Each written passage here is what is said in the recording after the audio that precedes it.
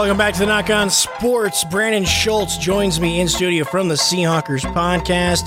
Brandon, it's football's back, man. Training camp opened today. How excited are you? Oh, I'm so pumped. I got to watch training camp on my phone at work. Just propped up there. It's football. It's back, and it's good to see the Seahawks out there running drills. And just a couple weeks away, we'll be watching them in preseason. I know, it's funny. We're excited now for preseason. But after week two is going to be terrible. I was going to say, get me to the season. Get me to September. Get me to September. That's what we're all going to say. Yeah, though these first 2.5 weeks are good, and then we'll be like, okay, already, let regular season be here. Yes, it's that way every year. I'm used to it, but I'm fine with it. Well, I was going to say, since this point, it's been a while since we chatted with you. How's your summer been? Have you been enjoying, Flathead Lake and going out in the outdoors? Oh, this is great. Yeah, we got over to Idaho, got out to Thompson Lake near Libby, and nice. And even down to Swan Lake. So, yeah, when people, we all have a lake friend that we know has a place on the lake, and when you can go there, we talked about it, or we're going to be talking about it on our next show, that when it's summer, most Montanans, we just have our weekends planned out for about, from June through September, because this is when the great weather is. Oh, absolutely. I will say this. I absolutely agree with you, because I have a boat friend. So we've been going out on the lake, so I have a boat friend. Don't have a lake friend yet, but I'm working on that. Brandon, I think what I know a lot of Seahawks fans are concerned about right now, and that's the Earl Thomas situation. Let's start there before we dig into the training camp stuff. We've been talking about Earl Thomas since last season, since that Dallas Cowboys incident, about possibly is Thomas done being a Seahawk. Now he wants the deal reworked. That's kind of changed. What have you thought about all of this Earl Thomas stuff? Yeah, what have I been saying all offseason? That he's not going to the Cowboys. And look at here. We're at training camps here, and he's still not a member of the Cowboys. And Cowboys fans can't stand it. And that's fine. If Earl Thomas, or if the Cowboys actually wanted Earl Thomas, he'd be a Cowboy by now. But they clearly don't. So he's going to be a Seahawk. Whether or not he sits out all of training camp, it's probably fine. And you and I, we both looked at the Greg Bell article here recently in the Tacoma News-Tribune about how Earl's actually helping out his backup, Tedrick Thompson. And Earl's saying that Tedrick's kind of the front runner to take that position, or to see what he has through the preseason. And Earl being out will actually benefit the team in the ability to see what Tedrick Thompson can do after one season as a player, having a full off season with the team, and coming in with the idea that he could potentially start if Earl doesn't show up. Every Seahawks fan listening either thinks that's a great idea or you're crazy, okay? Well, no, see, the way I feel about the Earl Thomas situation is there's a lot of people out there who are just ready for this Earl Thomas situation to be over. Oh, get rid of him. Right. Whatever it takes. Take a 5th rounder, 6th rounder. Just get him out of here. No, I am on the team that I want my team to be awesome. And Earl Thomas helps make the Seahawks awesome. I'm just okay with him sitting out training camp. Walter Jones sat out training camp for 3-4 straight years when he was on the franchise tag. And what did he do? He came in week 1 and was just awesome all season long. And I believe Earl Thomas can do that too. And if he wants to sit out training camp and let his backup get some reps, it's good with me. I was going to say, I mean, you start to wonder, though, and I'm sure this isn't the pure motivation for him, but you know what? You look at some of the guys, you look at even some of the guys that are vets, because, I mean, Earl Thomas has been in this league now for quite some time. Training camp, the younger players need training camp. The vets don't necessarily need training camp as much. So This is also kind of maybe a benefit to Earl, where he's not putting so much wear and tear. And like you said, by the time if he sits out training camp at least, by week 1, he might be ready to rock and roll, because obviously he's still lifting and working out, doing whatever he's got to do wherever he's at. Oh, he'll be ready. Earl Thomas is a pro. He will be ready come week 1 if that's when he decides to play. Now, if he decides to sit out like Cam did, I don't know how. I mean, yeah, these guys are millionaires, but when it comes, when that first check doesn't show up for, $500,000 plus, what Earl's scheduled to make for a game check, once you start seeing that not hit your bank account, I think that would be pretty motivating to get back to work.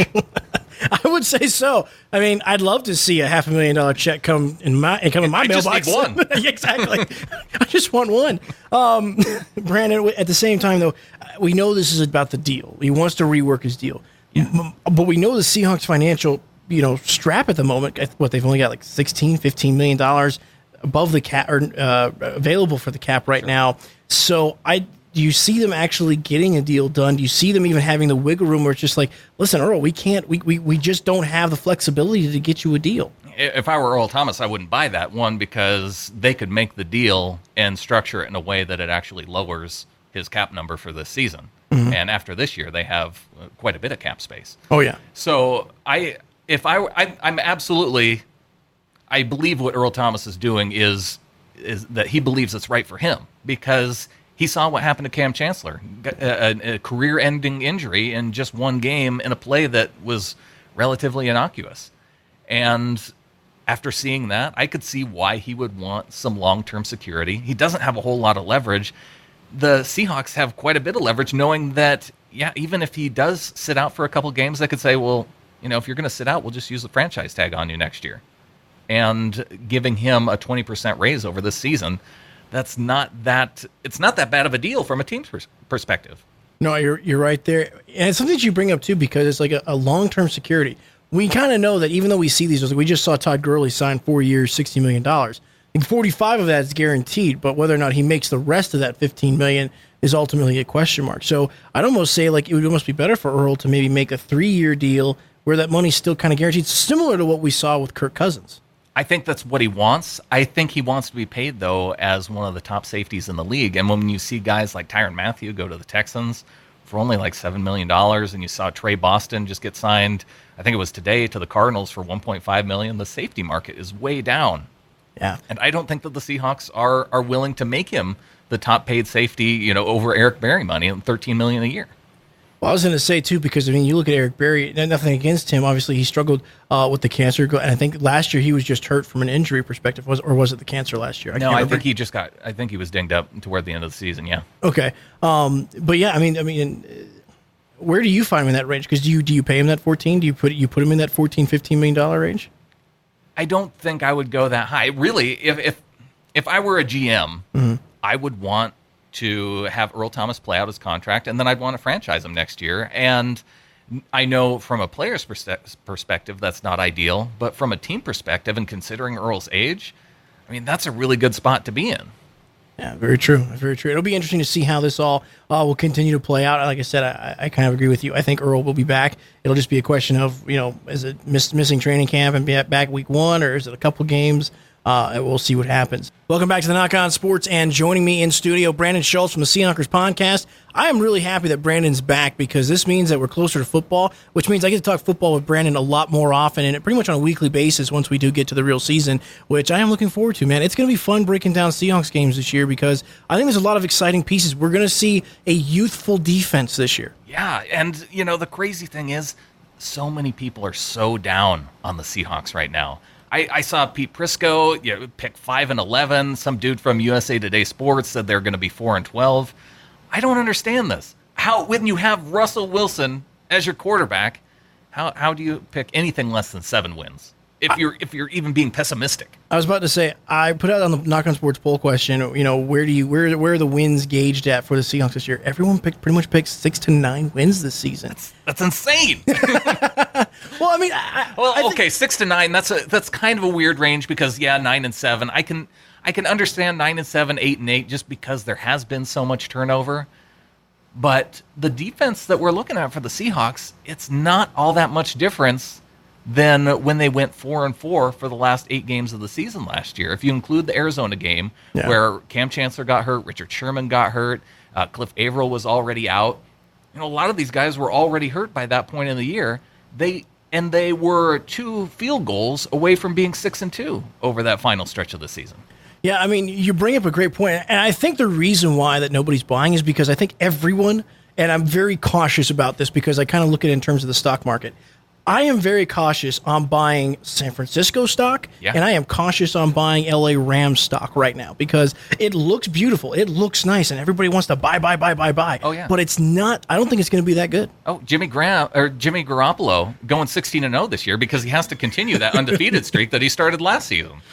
Boy, I really want to make some bedroom jokes, but I can't. No, what Jimmy G did. I won't do it, but I mean, you're right though. I mean, everyone's kind of buying. I mean, I read a piece by Bleacher Report talking about him and how he was so competitive, and him and Brady used to go at it all the time. And oh yeah, I mean, listen, that sounds like a great. I think it was a fluff piece, but it sounds great. But at the same time, you still got to put this guy in against good teams, because who did he face last year? What, Jacksonville at the end? Yeah, did he the play Rams you guys? at the end? He came in at the tail end of the game where we beat San Francisco, and because we knocked out the starting quarterback at the time, and Garoppolo came in injured for the injured quarterback late in the fourth quarter, ended up throwing a touchdown pass, and then from then on, he was their starting quarterback. Yeah, so I mean... So you're welcome, San Francisco 49ers fans, is what I'm trying to say. Well, you guys have been giving him... You gave him that gift, and now you also gave him Richard Sherman in the offseason, too. Yeah, so, I'm not so... You've been giving him a few many gifts, man. But I do think that's the reason, though, is that because teams are buying there. With the opening of training camp, like you mentioned, the defense is going to be exciting. What about the offense? Let's start there. Where's your question mark? Well, the question mark, it continues to be offensive line. There's a question mark there. The thing that I like is we have a little more continuity. We see a lot of these guys coming back, Dwayne Brown coming back, and I feel better about the offensive line this year than I have in the past. Tom Cable's gone. A lot of Seahawks fans are happy about that. The former offensive line coach, and Mike Solari coming in to fill that void.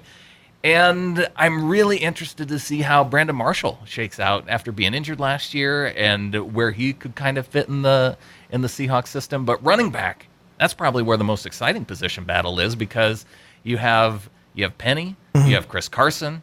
Penny, the number one draft pick. Seahawks took him in the first round. Not a whole lot of Seahawks fans happy about the fact that we took running back in the first round. There's this thing going around about taking running backs too early. And I can buy it to some extent, but when last year the run game was so bad, it was terrible for the Seahawks. All they really need to do is get that run game up toward the middle of the pack, and I think they'll have a much better offense than they did last year. You cannot rely on Russell Wilson as much as you guys did last year. I mean, as much as, what was he, close to 94% or like 92% of the offense? Yeah, it was a ridiculous number. And that's just not sustainable if you want Russell Wilson to be your long-term quarterback, because I think he also had, wasn't he leading the team in rushing touchdowns too? He led the team in rushing touchdowns. I think he led the team in rushing yards. He led the NFL in touchdown passes. He had an incredible year last year, but you did kind of see him. It looked like he kind of ran out of gas a little bit toward the end of the season.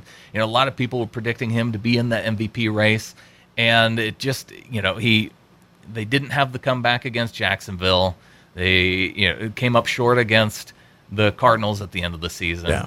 And if they beat the Falcons, if they beat the Cardinals, if they beat the Jags, it's a whole lot different season. Instead they're finishing with 11 wins, and he's probably in that MVP race. Yeah, absolutely. Much more so than what he was. Let's look at the defensive side of the ball here, and a lot of hype around Shakima Griffin. Obviously, the brothers. I mean, I think Shaquem and Shaquille threw out first pitches at the Mariners game a couple of weeks ago. So a lot of love, and Seattle is really embracing those two guys. And right now, I would be hard pressed. I mean, Bobby Wagner is the voice, I think, but I feel like those two guys are the face of this defense right now. Absolutely. Just because it's such a cool, feel good type story, and two brothers playing on the same team together in the NFL. I guess the Patriots have that too, but the fact that Shaquem, the first NFL player to only have one hand, make an NFL team. And I would expect he'll be a big part of special teams. It sounds like he's looking to back up KJ Wright at the linebacker spot on the weak side.